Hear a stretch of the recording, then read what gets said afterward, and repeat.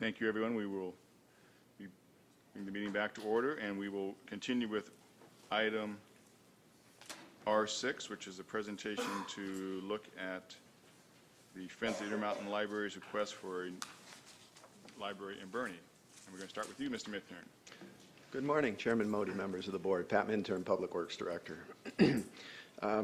The board will recall that prior to 2007, the county operated a county library system with a Reading branch and branches in Anderson and Bernie. In 2007, the county opened the new library in partnership with New Library Now and the City of Reading. The City of Reading took over operation of the Reading Library and also the two branches in Bernie and Anderson. And that's 5 years ago today that that branch opened, actually, the new Reading Library. The new Reading Library was 56,000 square feet. It incorporated a lot of new technology, and it's been really stocked with business, particularly the computers. And it was a big change from the old library. The old library was converted to the DA's offices, and the county spent $5 million to convert that 26,000 square foot building to that purpose. So now the folks in Bernie have revisited the issue of the Bernie Library. You'll recall it's a 2,200 square foot facility, older building. It was originally set up with books. It's gradually been converted to computer uses. Somewhat cramped. It's in the floodplain. It's off the main street by the sheriff's substation. And so the folks in Bernie have raised the issue of a potential new library. In response, staff has done some very preliminary looks at what might be developed in its place. I'd emphasize that we do not have a site picked out. The existing site is mostly in the floodplain. It's probably not appropriate. It's not on the main street. So we'd potentially be in the position of acquiring property. And so all of our studies to date have not looked at a specific building. But for purposes of discussion, we have taken a look at the Anderson Library. And I know that certainly Anderson is not Bernie, and we're not talking about the same climate and so forth. But it gives a general idea of what we're looking at in a modern library. So this is a photograph of that library. You'll see it's a concrete masonry construction. You're aware it's off 273. We use this as a model. We don't have any architects on our staff. We don't have a floor plan laid out. But this was a point of comparison where we as engineers can take a look at what might be entailed in developing a new library. Now this is a 6,700 square foot facility. It's over 30 years old, but it's still very much serviceable. It's got a large parcel around it, a couple acres for parking. It shares a parking lot with the Vets Hall across the way. But it gave us a good floor plan, an idea. And based upon a replication of this library up in Bernie, so that would amount to a tripling of the size of the existing library. Current library in Bernie is 2,200 square feet. This is 6,700 square feet. So we modeled a 6,500 square foot facility based on past projects and similar projects that we've undertaken. And talking with Nichols Nemelberg Rosetto on current construction costs, all prevailing wage, bonds, insurance, and so forth, a low bidder. Current construction price is approximately $230 a square foot for the building. Site work, parking lots, curbs, driveways, some landscaping, though we were pretty modest in the Reading Library, but there's usually something that goes into the site work. Purchase of the land. A site could potentially be acquired. Land is pretty reasonable up in Bernie, so we might want to acquire a site that's larger than just for the purpose of the library, and potentially other county facilities could be added up there in the future. $200,000 was in the budget for that, plus some administration. We're going to have to do some sort of a property search up there. We're going to have to work with folks in an open, competitive environment to find the best site and to justify that, and an appraisal, of course, and paying the appraised value. Utilities, probably not a problem in Bernie. Bernie's got a sewer system, water system, power's readily available, but there may be a cost to bring it onto the site. An architect, of course, and county administration. We're talking, as we did with the Reading Library, working with citizens groups up there, open public process. I think that there's value in having some interaction between the architect and the folks up there so that people understand the options that are available. And then some furniture as well. The existing furniture stacks are not seismically secured, meaning that books weigh a lot.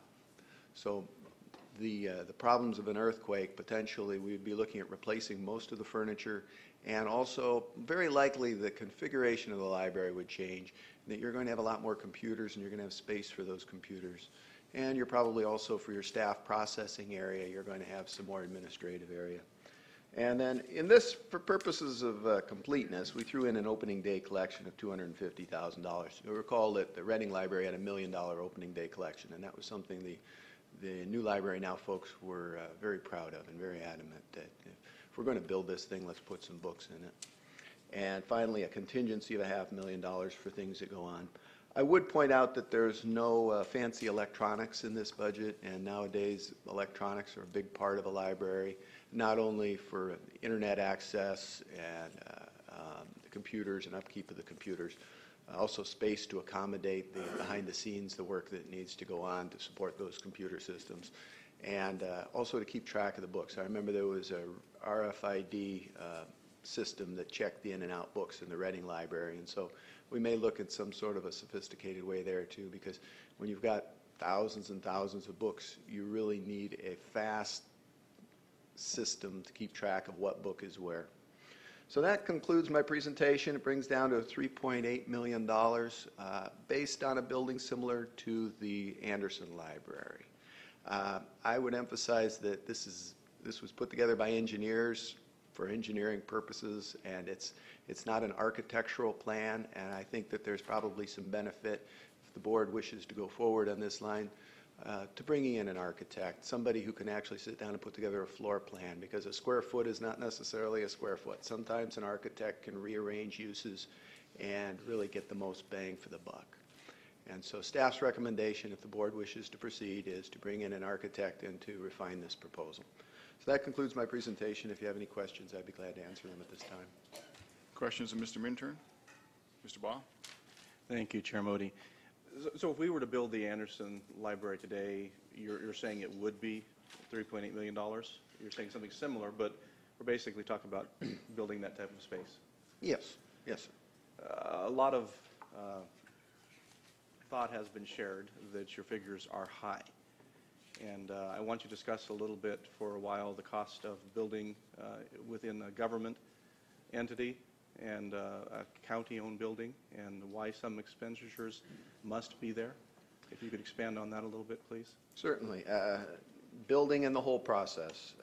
The Public Contract Code sets forth rules about how the public goes forward. For the private sector, they're free to take risks. And so they may have a level of comfort with a given builder. Gifford for Construction is a very reputable firm, and so many private firms seem very comfortable to just talk to them and negotiate. The county is not in that position. The county is in a position of having to go with the low bidder, even though that low bidder may be from outside of the area. But there are protections for the public in that there's bonds and insurance that contractor has to carry. Bonds alone cost about 1% of the project. But also they have to pay prevailing wage. Folks today will work for probably less than prevailing wage, but the law is very specific. The prevailing wage winds up being the union wage, in that it's the prevailing, the most common wage out there in the workplace, in the marketplace. Building contractors now bid very aggressively, and certainly aggressive bids were submitted on the Juvenile Hall project. But they were shaving their profit margins, but they still need to pay prevailing wage to all of their folks.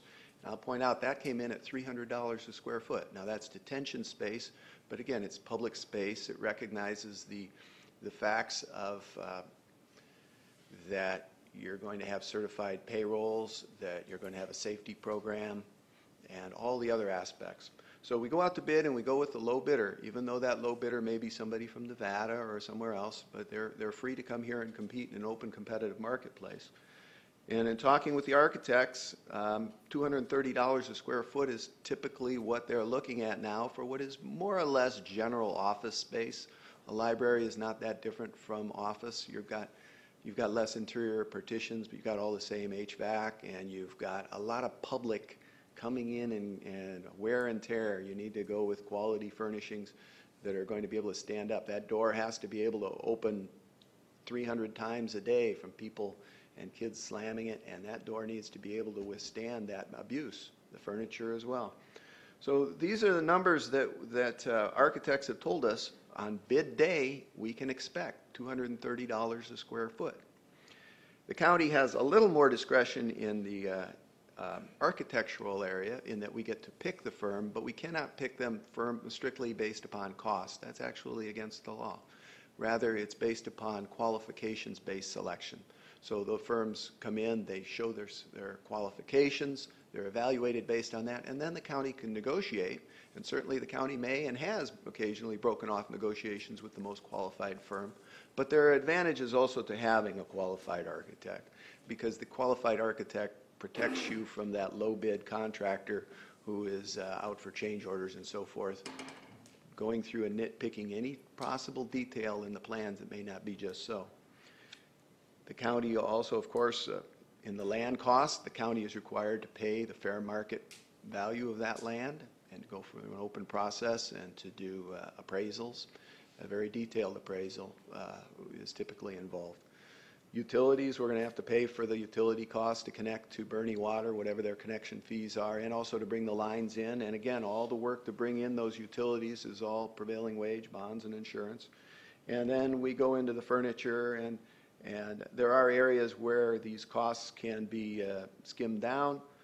For instance, the opening day collection, I understand, may not be something that's necessary, but on the other hand, there are things that come up which are unexpected. And as I say, we have not allowed for any of the electronic gadgets. So your responsibility to present to the board is to present to us figures that we can trust and depend upon, as you always do. And I'm reminded during my working on my 6th year here on the board, I can't recall a time when your figures were very far off at all. So you have a history of giving to us good, sound, financially accurate figures. I can't think of a time when you've been very far off, and certainly if you were off on here, would it be by very much? Maybe you've overestimated perhaps in some areas, but it would be better if we came in less rather than being surprised with more. Yes, sir. We as staff try to give you a number that you can rely upon because we know there isn't any extra money out there. Okay, I just wanted to discuss how you establish the figures. Thank you very much. Other questions from the board at this time? Seeing none at this point, I have one follow-up question just on the prevailing wage, just to make sure it's clear that it's not the prevailing wage in eastern Shasta County or even Shasta County. The prevailing wage is an area that's much bigger than that. Would you care to comment on that? Because some people I think that's what we do here in Shasta County. It's just, it's a bigger area. I believe it's Northern California. Actually, there's some that are just the county. There's Northern California, and there's a couple of counties. So it varies depending upon exactly which trade you're talking about, whether you're talking about a roofer or a framer. There are some that are county specific, and others we're in there with the Bay Area. And that's, I think it's unfortunate if it's just the way, like I said, it's the way the law is, and we're kind of bound by that. We can't just say, well, forget them. Okay, I have a number of people who wish to speak to this item, and I need to ask the FOIL people. I know, is someone going to you can make a presentation first, and then we'll, so Kathy, if,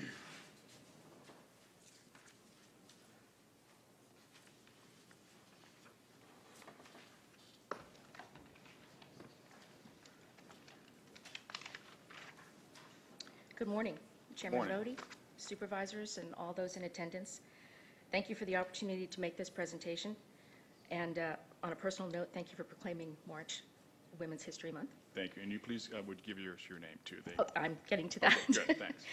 My name is Kathy Coleman, and I'm the president of the Friends of the Intermountain Libraries in Bernie. It's unfortunate that FOIL and this board have come to have a somewhat adversarial relationship. Believe me when I say this is not what we want.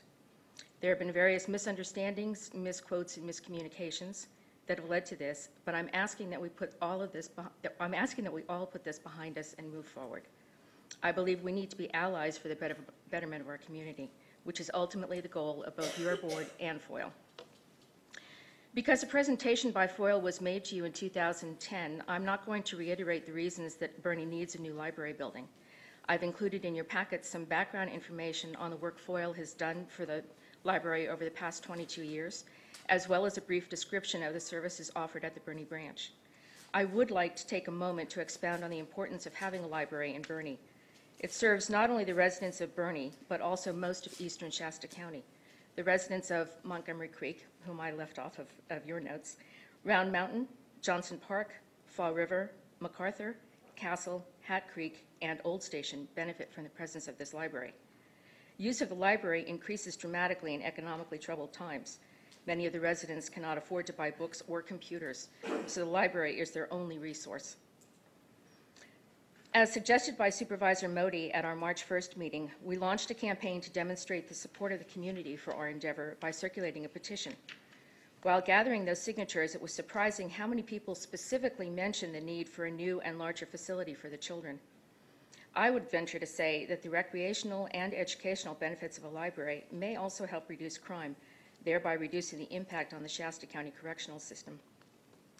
In 10 days, and I have to digress here for a moment, I was down in Reading yesterday and last night, so I actually had to write this on Sunday, and I didn't have all of the petitions.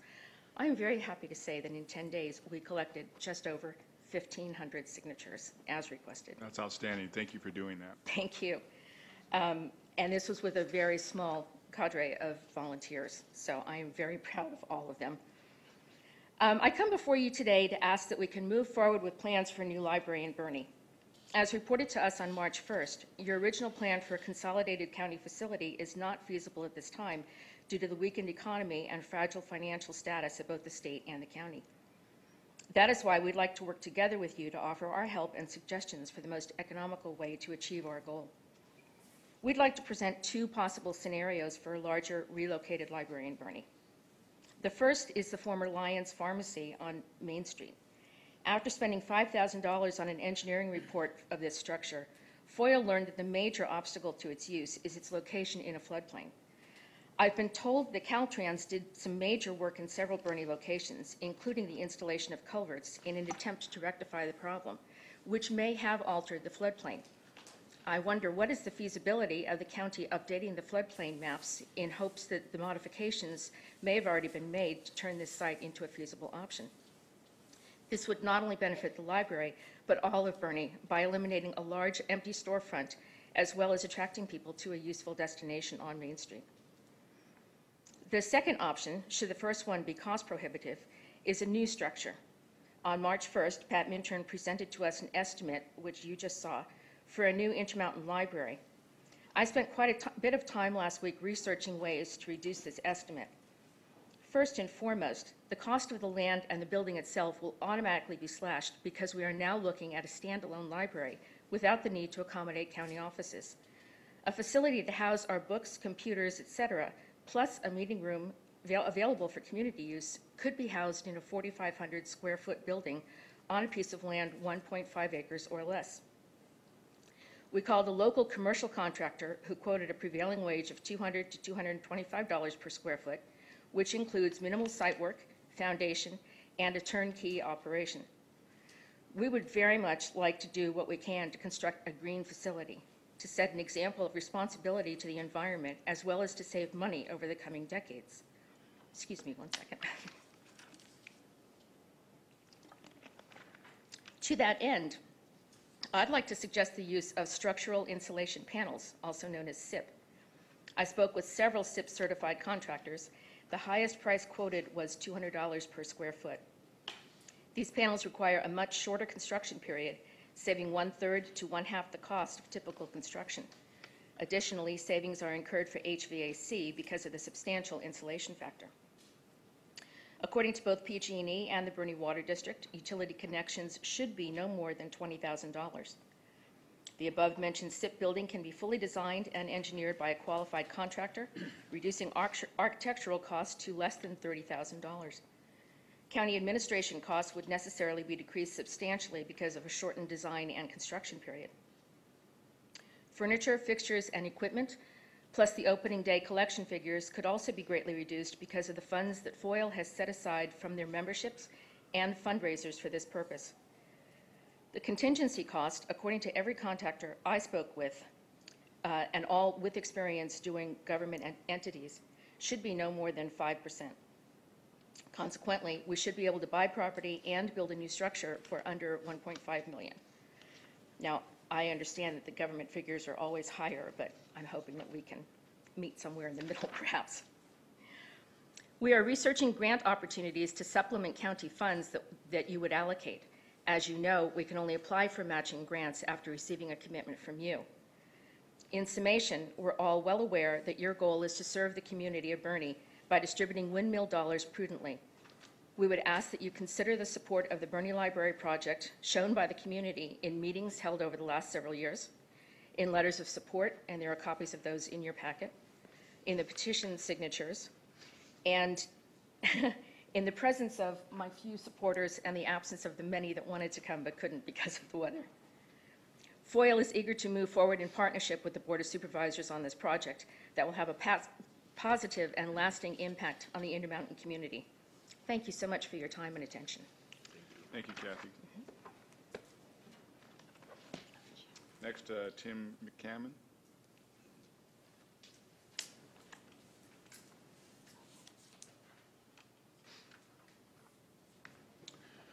Good morning. My name is Tim McCammon. I'm a 33-year resident of Boerne in this county. And first of all, I'd like to thank Supervisors Modi and Hawes and Mr. Lees and Mr. Minturn here for a meeting with representatives a couple of weeks ago here to discuss the future of a library building in Boerne. And I want to say that we feel that the county has been very responsive to some of our needs. You may ask, why does a 64-year-old retired firefighter dress up in a really neat red T-shirt and come down here on a really ugly morning to talk to you, the elected leaders of our community? And I came here not just as a supporter, but to say that in the 33 years I was in Boerne, I raised 3 kids up there. They went through the school system in Boerne, which, as most of you folks know, is a rather small school system. Boerne High School graduated 22 graduates last year. So when you compare that to Shasta or Enterprise or Foothill, you see it's a fairly small area. But what I did find was that no matter what people say about the lack of opportunities for kids in small communities, I managed to raise 3 kids who went through the school system there, who went on, graduated from college, and all have successful careers now. So I, as a parent, think I was successful as a parent. My kids are contributing members of our community today, and for that I'll pat myself on the back. But what my kids, the Boerne Library was a really big part of their youth. Their exposure to the world outside of Boerne was basically through the books and the computers that were available at that time at Boerne. And at that time, there was 1 computer available at the county library in Boerne. This was a few years back. But they were exposed to that. All 3 of them used that library to research the different schools and career opportunities and grant application process that they could, so they were able to complete college and become successful. So this, what I want to say is this, the library was a really big part of these kids' success. Why do I bring this up today? Well, I bring it up today because I'm done, right? My kids are gone. I don't have any grandkids in Boerne or anything like this. I bring this up today because I'm really concerned about the future for our current children and the future children in Boerne and what they're going to have, because they're going to continue to need this to be successful. If our youth don't succeed in today's world because we, the parents and adults of the Intermountain area, don't provide them with the tools necessary for them to succeed, then we, as parents and adults in Boerne, are failing our future kids. And I feel that the library is really going to be a big part of this. It is right now. It's not adequate. We've already discussed that. That's not really on the table right now. It's what are we going to go forward with? What are we going to build in the future?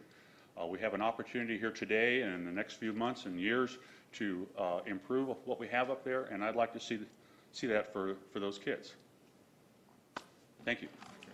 Thank you, Tim. Appreciate it. Next speaker is Evelie Nelson.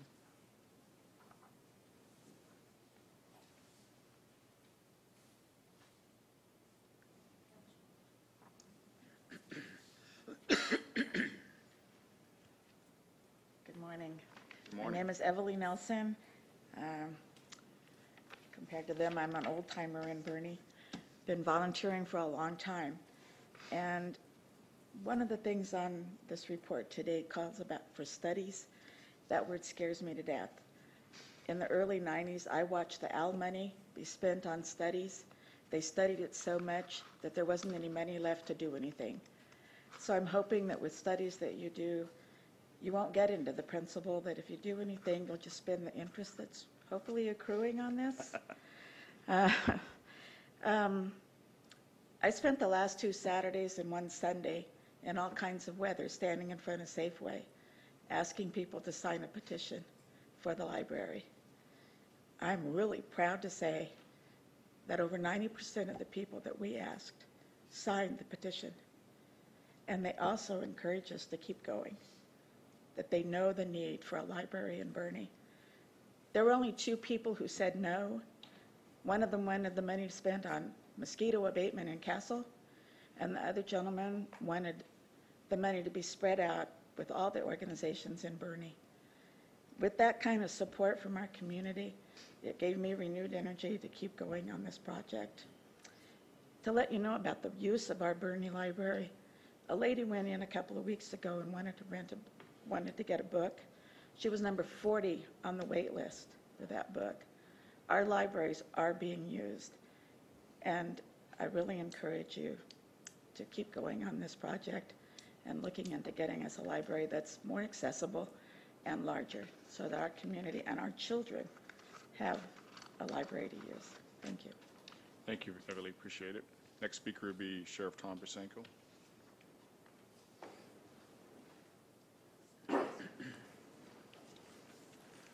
Good morning, Chairman Modi, members of the board, Tom Brisenko, Sheriff. I certainly understand the need and the benefit a library brings to the community, especially in eastern Shasta County. Shasta County is navigating through some difficult and turbulent economic waters, and difficult decisions over the last few years have affected all county departments and our employees, including public safety and the Sheriff's Office. The Sheriff's Boerne Station serves the entire Intermountain area, and this area represents the majority of the square miles of the county and about 3% of the total county population. We have to cover a lot of area to provide that service, and the Sheriff's budget was hit hard in 2009, causing service and program reductions countywide. There's an overwhelming need for additional deputies, support staff, and a new jail. Staffing and budget reductions countywide to the Boerne Station has resulted in a loss of 24 hours of deputy coverage in the Intermountain area for about 15 years, and then there were further cuts in 2009. Staffing additions would replace those lost to the reductions due to budget, but it would result in an ongoing cost. $1 million in capital improvement funding was set aside for a new jail, but that was utilized for a juvenile hall project. And I'm not being critical of that at the time. There was a no jail project, and juvenile hall project came along, and that was utilized for it. Complete funding for a new animal shelter wasn't possible, but those capital funds were utilized to develop a service contract for the next 25 years. A new jail is costly, but funds such as a cash match must be identified and utilized to build a jail for a much-needed bed space, offender accountability, and public safety. The California Constitution and the board has recognizes public safety and protection of its citizens as a first responsibility and a top priority of government. Before our citizens can be healthy, either mentally or physically, and before they can educate themselves, before they can benefit from all other services government provides, they must be safe. Safe in their homes and safe in their communities, and the essential services of law enforcement and fire protection are the essential fundamental services which all citizens and taxpayers avail themselves. Without the protection and security of these services, we as a society cannot prevail. So thank you. Thank you, Sheriff. Well, I'd like to say that I'm glad I'm in this building, because my old stomping grounds, the police department, it'd be leaking through the roof right now. So I don't have any other speaker requests to come forward. Anybody else wants to speak on this item? Seeing none. Chair Modi, I have a question. Sure. We have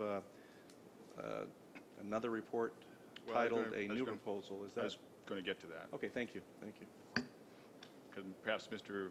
Supervisor Haas, do you want to speak to this as you brought this to us? Yes, this new proposal was emailed to me overnight from a group in Bernie, and of course, we have not had a chance to review it in complete, for sure, but we have one on the agenda. You know, this could have gotten here a little bit sooner if the group would have been real serious about it. So, however the board feels, I don't know. I mean, there is some merit to it. I mean, we've asked people up there to, if there was interest in doing something, to please come forward. And then they wait till the day of, you know, to bring it forward. So it makes it very difficult on us. And I'm not so sure we should sit back and wait longer, because we have waited quite a while. And I'll just turn this on over for discussion and see how everyone else feels. Do we have copies of this for the public? No, I don't believe so. We don't. It's 'cause it just came to us today. Working now? It just came to us today, and as Supervisor Haas mentioned, it is pretty late. I will just try to just say briefly what it's about. It looks to be a lot of the same things that were brought to us back in September of 2010 when some of the other groups spoke, and it has to do with the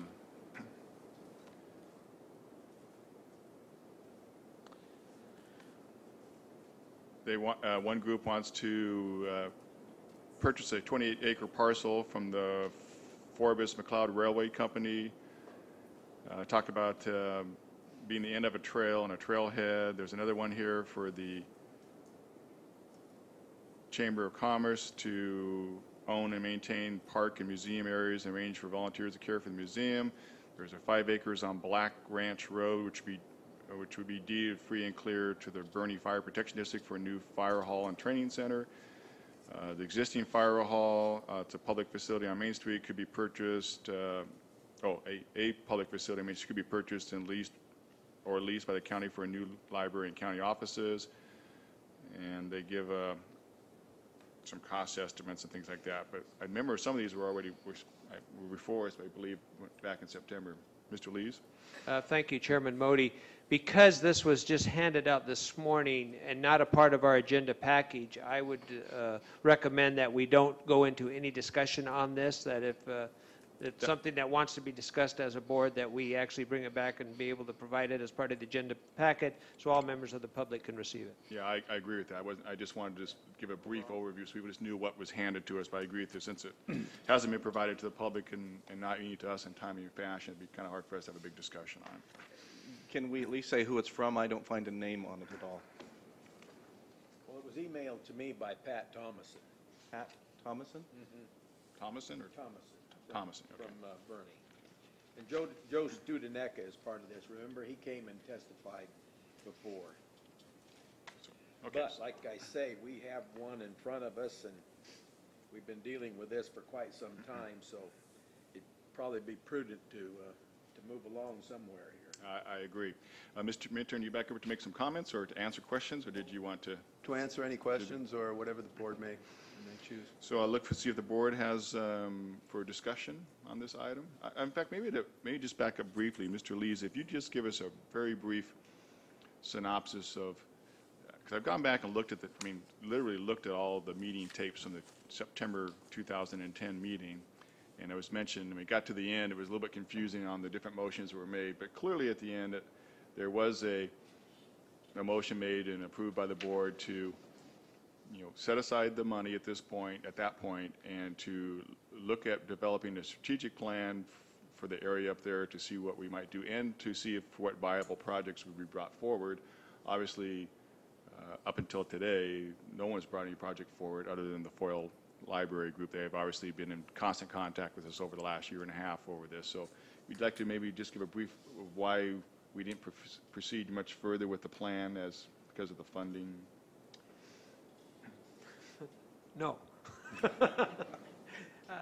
Yeah, I mean, certainly what you have said is correct, and that's what has got us there today. But one additional piece, Supervisor Hawes and Supervisor Baugh and I met with some representatives of the Intermountain Library Group in November of 2011, And they were asking, my perception of what was being asked was for additional clarity and a path forward as far as what were the next steps to get us moving. Now, we had this discussion in September of 2010, and there wasn't a whole lot of action that had taken place, in my perception, that had been taking place on the county's part.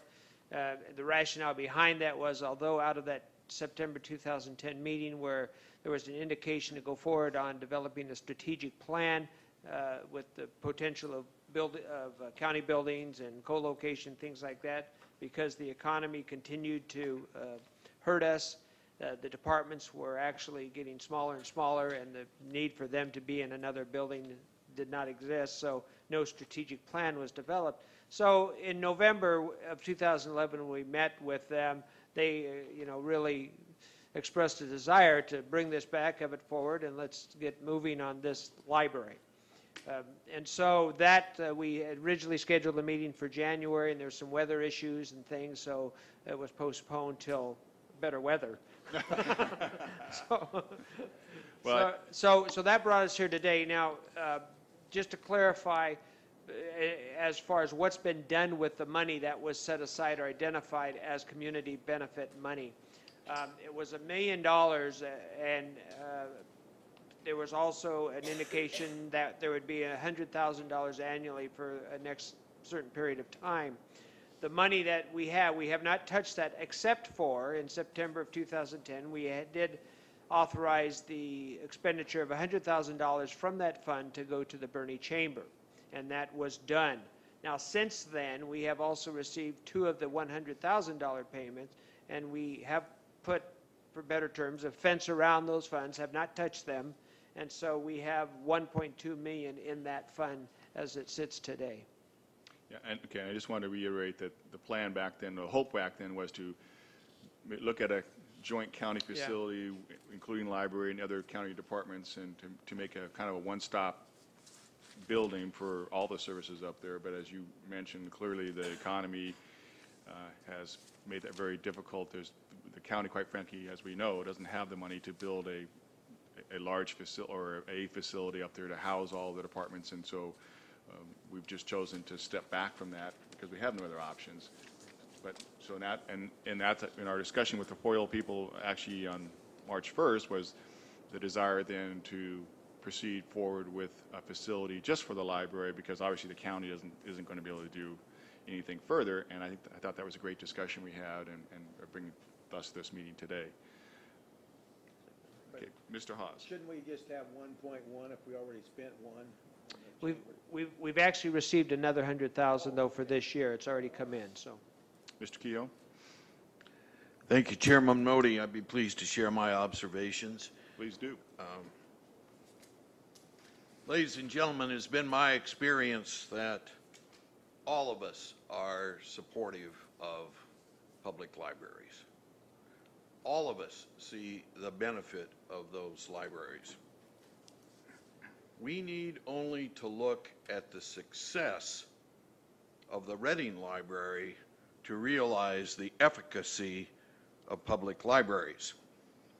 Relative to the Reading Library, many of us attended public meetings.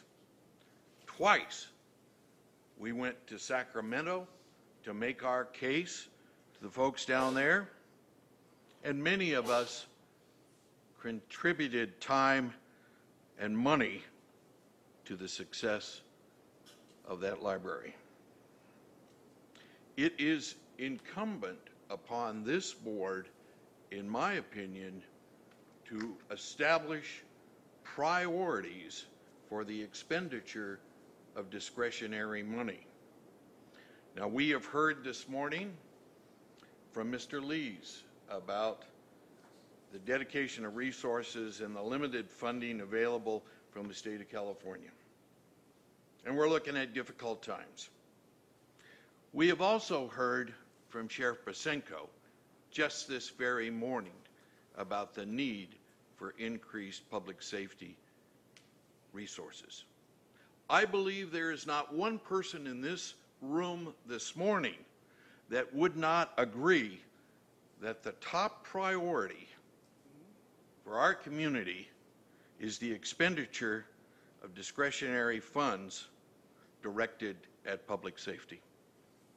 Therefore, I am going to move that the Community Benefit Fund balance be reserved for providing supplemental resources to public safety for the direct benefit of Boerne residents and those of the Intermountain area. And that's my motion. Okay, there's a motion. There's any other discussion, or is there a second? Then I guess the motion dies for lack of a second. Other discussion? Mr. Baugh. Thank you.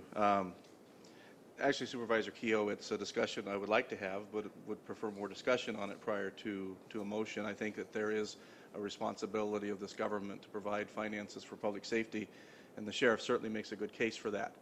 As to whether or not we want to use all of the money that exists from that fund for public safety, I don't know the answer to that today. I would like to explore that. I think we need more information. I have questions in regards to the current proposal for the library itself. And Pat, you're probably going to have to answer some of these. There was a question brought up in regards to their number one scenario, and there was a question about the floodplain and the maps. Could you explain the process of those maps, how they're developed, and what the county does or does not have in terms of ability to change those? Certainly, I'd be pleased to. Thank you. When I was an associate engineer, I actually did a letter of map revision on Boerne Creek. It was a very lengthy process. A flood wall had been constructed immediately west of the tribal casino.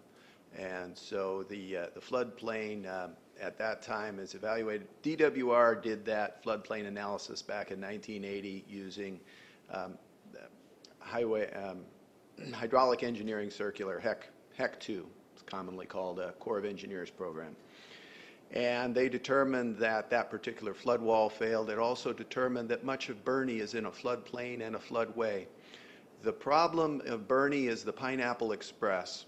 Usually you'll have a one-year storm and a 1% chance, or it occurs just about every year. That sort of, that magnitude of a storm. And then maybe you'll have a storm, every 10 years you'll have a storm that's half again as big. And then every 100 years you'll have a storm that's again half again as big. Boerne, because it's got this mountain of snow perched above it 3-4 months out of the year, is vulnerable to a Pineapple Express where a warm storm comes over and melts all that snow and it comes down. And so, if you can believe it, a 100-year storm is 10 times as big as a 10-year storm. And a 10-year storm is almost 10 times as big as a 1-year storm. So even though, folks, in living memory, maybe you haven't had a major flood in Boerne, that's because that Pineapple Express, that exact arrangement of a very deep snowpack combined with warm snow, has never occurred in the last 70, 60, 50 years maybe. But it's out there as a threat. And that was identified by the hydrologists at DWR, Department of Water Resources, and also the Corps of Engineers did a study years ago of a potential Boerne bypass channel that would route that flood around. Massive disruption, though, to the creek channel. So that has been hanging out there as an issue. I did a letter of map revision back in the late 90s that managed to get that flood wall certified briefly. Actually, now the Corps has gone back and said that, no, it doesn't meet the standard anymore because their standards have gone up. And so that flood wall is now, again, negated, and potentially the floodplain goes beyond. Downtown Boerne is adequate. Their drainage is adequate for the once-a-month storm, even a once-a-year storm. But that Pineapple Express could potentially send 10 feet of water through all of downtown Boerne. And that makes that the floodway. And that's why many properties in Boerne cannot be modified at all. Now, beyond the floodway, there is a floodplain, a more gentle, shallower area where fill can be placed and lawfully placed. And in that way, you can elevate a building 1 foot above the floodplain and still build in the floodplain. And the existing library is in the floodplain. It's not in the floodway, but it does appear that it's about 3 foot deep in that area during that 100-year storm, that Pineapple Express. So the prospect of a few culverts drastically modifying the flood situation during that 100-year storm is unlikely. What is required is a massive channel over 100 feet wide and 20 feet deep that routes everything clean through Bernie without any further disruption. And based upon my work with the floodplain, I'm confident that the mapping that was done by DWR in 1980 is still largely applicable. So in answer to, and Kathy Coleman brought this question up, whether or not that first scenario property is available for use, you say what? I would have to look at it and see whether it's in the floodplain or in the floodway. Certainly there will be costs, though, to develop it because the building would have to be elevated. Even if it's in the floodplain, you still have to bring in fill material, an engineered fill, compact it, and bring it up. And so a 3-foot high fill may make it impractical to develop that property. We'd have to look at it on a parcel-by-parcel basis. If I could just ask a clarifying question. You said if we constructed the building, but I think the proposal was perhaps to use the existing building and remodel it. So does that have other ramifications? I'm sorry. Thank you. In that case, that building, if it's in the floodplain, I'm confident there's water in the door during a 100-year storm. The only way to rectify that is to raise the building or build this massive flood control channel through Bernie. But you could still actually, you could be allowed to remodel a building in the floodplain? No, you cannot. You would have to raise it above the floodplain. And for an existing building, that's probably not feasible. You'd probably have to demolish the building. There are rules against substantial modification of an existing building in the floodplain. Minor tweaks are allowable. Obviously, you can continue to occupy the building and buy flood insurance. You can paint it. But if you were going to remodel it and turn it into a library, certainly the damage potentially to the facility alone would warrant a more prudent approach. So again, I apologize, but just to clarify then, so if someone were to move into that building as it sits today and just reuse the building but not really remodel, they could move in and do that. But if you actually move in and make substantial remodeling, then other requirements come upon you? Yes. Okay. Mr. Bob, please. Thank you. Which is the bottom line reason for having a person like you who looks at this from an engineering perspective and understands completely whether or not there's a risk to county funds. And we have to eliminate, not just minimize, but we need to eliminate risk when it comes to planning a library for Bernie. So let's go next to the thought that was presented, that they don't need a facility the size that we've used in the example. They don't require a building the size of the city of Anderson. And they're presenting a scenario that they could get by with $1.5 million. Just for the sake of argument, and I just want to discuss this through since it's on the agenda, we have the opportunity to have the discussion. Let's say that we came to a conclusion that we could construct a smaller building. Let's call it $2.5 million, because I don't think the $1.5 million is feasible just by looking at any project we've constructed in the last 5.5 years that I've been here. Just call it $2.5 million. What portion, I guess this is a question probably for Ms. Coleman and her group, what portion are they really looking for in terms of county funds, and what is their ability to fundraise? And then you mentioned, Ms. Coleman, if it's okay with the chair, if she would answer the questions, that there were funds that had been raised by FOIL. What is your fund balance? What is your fundraising efforts that you've already raised that could contribute toward a book purchase? We did have this discussion in our meeting, but perhaps Ms. Coleman, you'd like to come up and speak to that again, because you did mention you thought you could bring some money to the table. So if you want to come up and...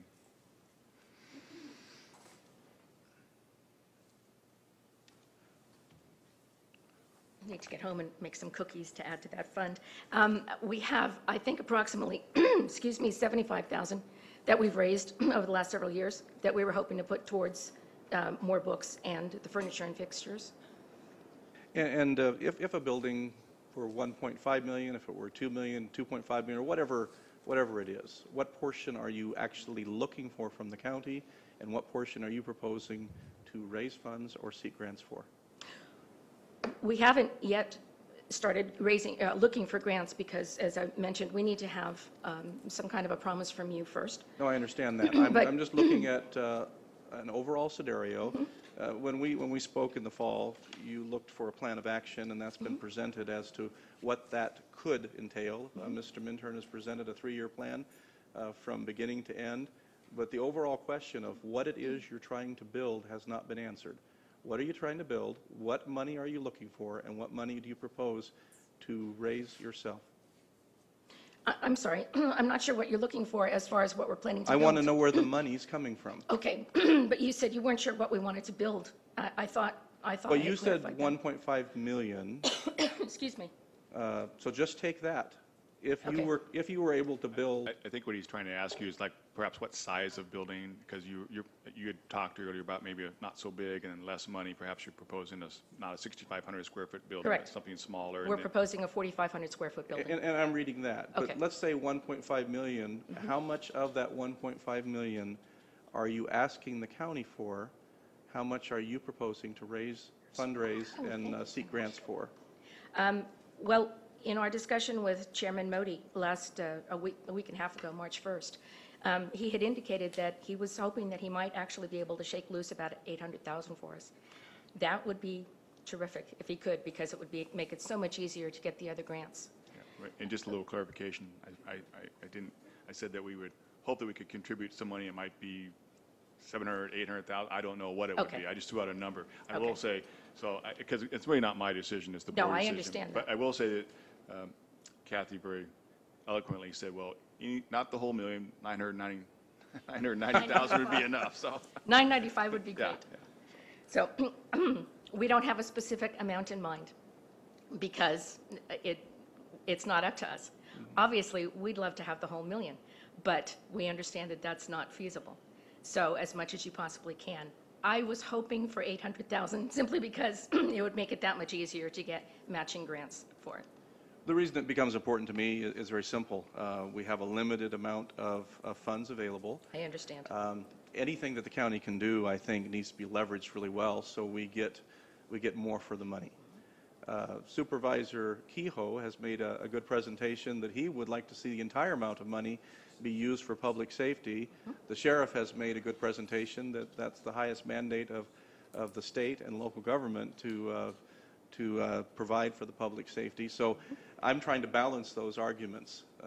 If that is the case, then perhaps we should be using the bulk of the money for public safety, and that would be a direct benefit to the community of Bernie, the Intermountain community. So I'm trying to decide in my own mind what would be a fair amount if the board chose to set aside funds that we would call, I suppose, match funds, rather than providing the entire amount of money. So, and maybe that answer is not available today, but I want to explore the question. Yeah, okay. You don't have to answer that, really. Yeah. Thank you, Kathy, for coming up here.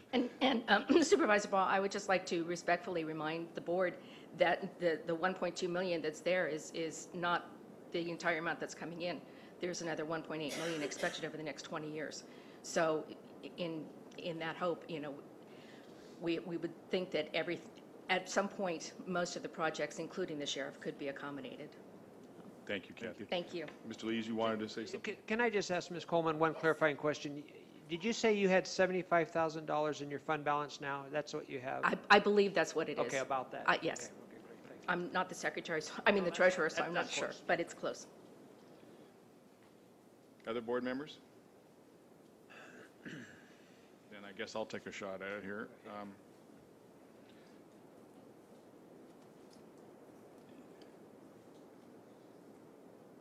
The money that was put aside from the wind turbines was, from my understanding, set aside as a community benefit fund. And certainly part of that could be public safety, and I think public safety, we all know, is desperate in need of funding. But I'm not sure I'm willing to commit the whole amount of money for public safety, since if you look at public safety as a whole for the county, Bernie is 10%, 15%, 5% of the budget for the sheriff, I don't know. So I couldn't, I think in good faith, contribute the whole amount of money to the Bernie area for public safety when there are certainly other needs that are up there as well. Is this the Pineapple Express you were talking about? Wow. I think it's very clear, and Mr. Kehoe very eloquently stated that even when we had our meeting in September of 2010, clearly all the board members are supportive of a library, whether it be in Bernie or other locations. They recognize the value of it and what it means to a community. And I think we have to find some way to see if there's an option to do something with a library, with a newer library or a newer facility in Bernie. One thing I did ask the group to do, the FOIL group to do on March 1st was, we hear them and we see them. There's maybe 5, 10, 15 people might come to a meeting and express their desire for a library, but I really wanted to know before I was willing to commit more money to this, was it a stronger support in the community rather than just the 15 or 20 or 30 people who we hear from who come to their meetings? And clearly you have done that. I said if you could show me a petition with 300 signatures, I'd be impressed. Well, you're telling me you have 1,500, and I am truly impressed that you have done that. And it shows me that you've taken the effort and that there is a broader support in the community up there for this facility. And I find that to be very helpful. What I think I'd like to see is, because you have some very good questions, Mr. Ball, about the money and where it would come from and who's going to do what, and can it be $1.5 million or $2.5 or 3.8? What I think I'd like to see is the board take some of the money, maybe, and from talking to staff, maybe in the neighborhood of somewhere between $35,000 to $40,000, and hire an architect to look at what a facility would have to be, get a better idea. Is it 4,500 square feet sufficient, or is that just enough to accommodate today? Should it be a little bit more for some growth? Does it accommodate the needs of the electronics and the IT system and in ADA requirements, et cetera, et cetera? For the purpose of finding out truly what a number is, obviously there's belief that the county's numbers are too much.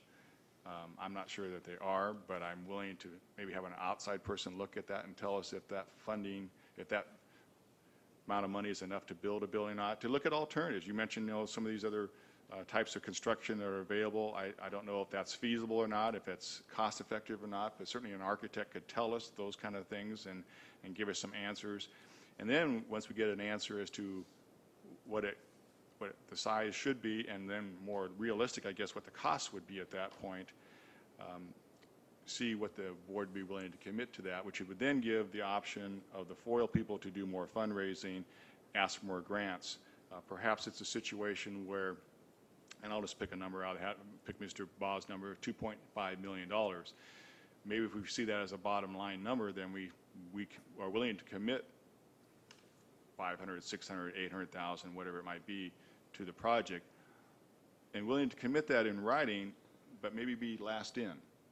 That when the other money is raised to make up the difference, we've got our money in the bank ready to go, and we put together a project. And I think I'd like to see something move forward in that direction. Mr. Haas. Thank you. We've discussed this rather lengthily and in many previous times. I think we need to do something. And I would hope that we could do this for a little less than $30,000 or $40,000. I mean, that's what staff. That's what you think it will cost to do that? To look into this and come up with a good plan? Yes. For one thing, we don't have a site picked out, so we're going to have to look at a couple sites potentially. We're going to have to quantify the size of the parcel and look at the floodplain, but also the architect. And I picture the architect making a couple trips up to Bernie for a couple community meetings to bring in folks to show them, first take some input, go back, drop some sketches, go back, run those by them, refine some alternatives, and then put together a report to bring before the board. Winds up being quite a bit of consultant time. Okay. Well, I am impressed also by the number of signatures that you got out and gathered. That was a huge job. Well done. Mr. Minturn, would that involve kind of a needs assessment as well? I mean, would they look at sort of try to develop see if the proper space is available? Yeah, it's a complete feasibility study, and it'll look at its site planning, looking at how much square footage you're likely to commit to computers, looking at the changes that may take place over the next 10, 15 years. There's a lot of talk about how the whole business is changing, or the library business. But also look at potentially where in the neighborhoods we need this. Do we need to be on Main Street, and what are our costs associated with that?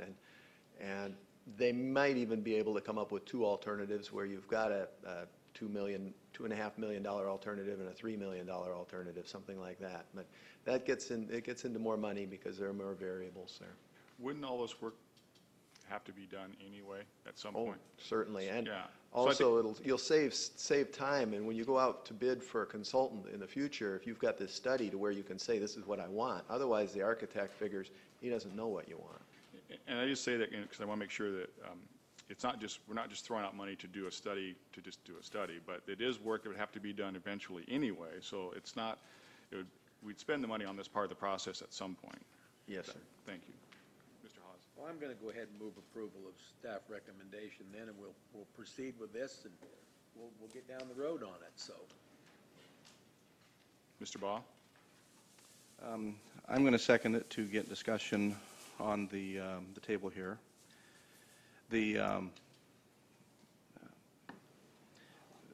Evelyn Nelson brought up a question of the study and whether or not that money could come somehow separately from the funds. There are no separate funds, so it would come from the funds. That's correct?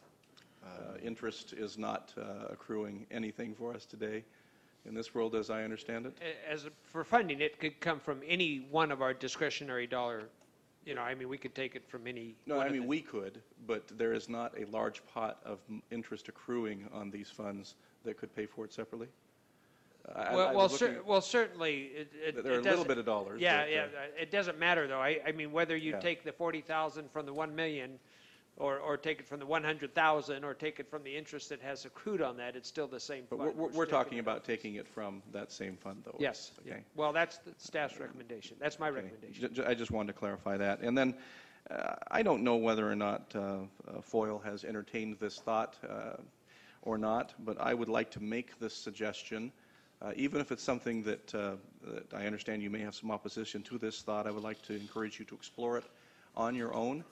And as District 5 Supervisor, there is a model of a library system in Cottonwood that has purposely chosen to be excluded from the county system.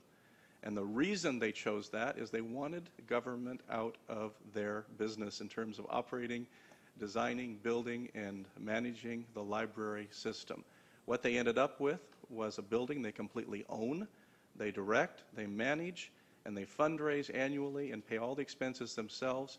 They are free of all county jurisdiction or direction in their library system, and they're free to move ahead on their own as the community of Cottonwood decides. They do not want the county's money on a continuing basis, and they've chosen that on purpose. I would like to tell you it's one of the nicest libraries I've ever been in. I would encourage you to, as Board of Directors for FOIL, to go and take a look at their library. Ask them the questions. How did you get here? Because the county was out of it, they were given a very generous donation from the community in the form of property, and that created the basis for their building there. And I could go on and on. I just want to tell you that they would not rejoin the county system if we paid them to. They like their independence, and they are proud of their community library that is owned and operated by the folks in Cottonwood, not by the county. I'd just like to suggest you explore and become educated as to what they have done. Find out if there are anything that's happened there that would be something you could copy in terms of your own future plans. I think it might go a long way to answering the question as to what it costs to build. The separation from the county allowed them to build it on their own, free of any county encumbrances. So just some thoughts for you. Anybody else have any discussion they want to have? Mr. Kehoe? Thank you, Mr. Modi. I see value in your suggestion. I think it's meritorious. However, for me, it is important to show unwavering support for increased public safety for the residents of Boerne and the Boerne area, and I will not be supporting this motion. Thank you.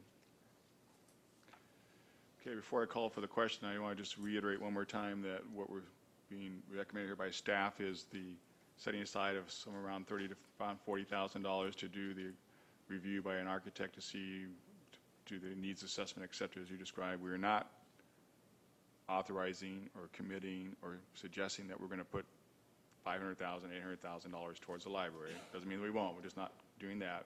And that money still sits there in that fund as a set aside for the Intermountain or Bernie area. So I just make sure we clarify that.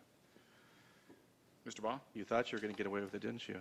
And because Supervisor Keough has brought up the issue of support for public safety, I just want to restate my own position. I will be voting to take a look to use this money in this way, because I do believe that's really the only path forward that will answer the questions that we need to have answered. At the same time, I would look very favorably on a very small contribution that's limited from the county toward a library system that would reserve the majority of the dollars for public safety as we go forward. Mr. Lees? As just part of the motion, or maybe an amended motion, so we can clarify the amount of money we're talking about and have that for the record.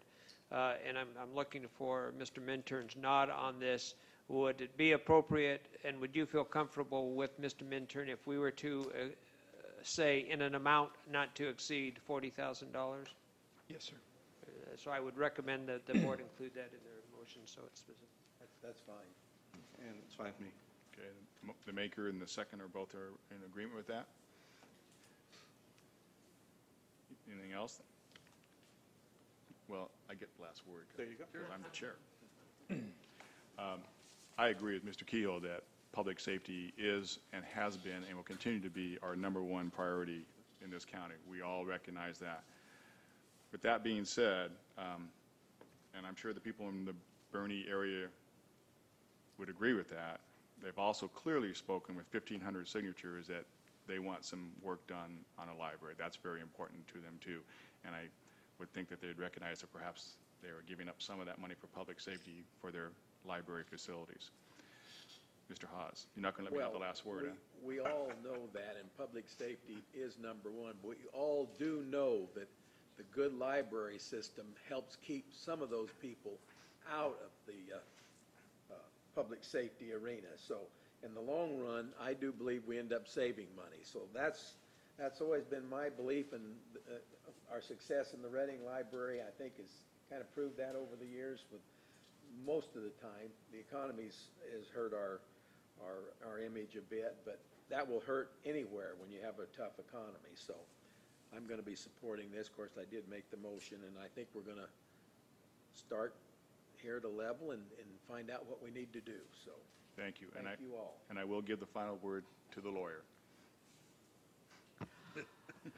Thank you. I just want to just simply make it clear for the record what the motion is that's pending for the board's vote. And that is, as I understand it, looking at the staff's recommendation and as amended, the motion is to direct staff to prepare a preliminary design study for a new Bernie library and fund the preliminary design study with community benefit fund balance not to exceed $40,000. The maker and the seconder are in agreement with that? Yeah. Okay. Then I will call for the questions. Those in favor of the motion, please say aye. Aye. Opposed? No. Motion carries 4-1. Thank you all for your time. Mr. Keel? I have a question. Mr. Modi, what is the intended disposition of the material that Mr. Hawes has presented us this morning?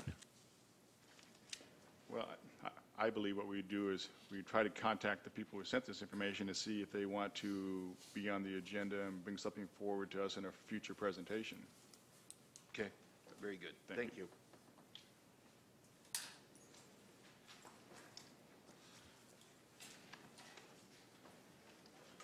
The Board of Supervisors will recess into closed session, discuss the following items estimated to be 30 minutes. Conference with legal counsel regarding existing litigation, the Shasta County Citizens for Justice et al. Versus Shasta Lake et al., and also initiation of litigation in 2 cases. At the conclusion of the closed session, reportable action, if any, will be reported into open session.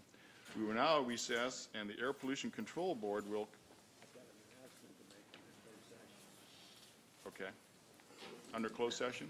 Yes, on the closed session, I will be recusing on one of the proposed initiations of litigation matters because of a conflict of interest under Government Code Section 87100. Thank you. Thank you. Sorry, Mr. Hawes, I didn't see. All right. So as I will convene the Air Pollution Control Board, and I will read the following statement. The Shasta County Board of Supervisors does not receive any compensation or stipend as a result of convening as the Air Pollution Control Board. First item of business is the public comment. Does anyone wish to speak before the Air Pollution Control Board? Seeing none, we'll move on to consent calendar. The following consent calendar items are expected to be routine and non-controversial. They will be acted upon by the board at one time without discussion. Any board member, staff member, or interested person may request that an item be removed from the consent calendar for later discussion.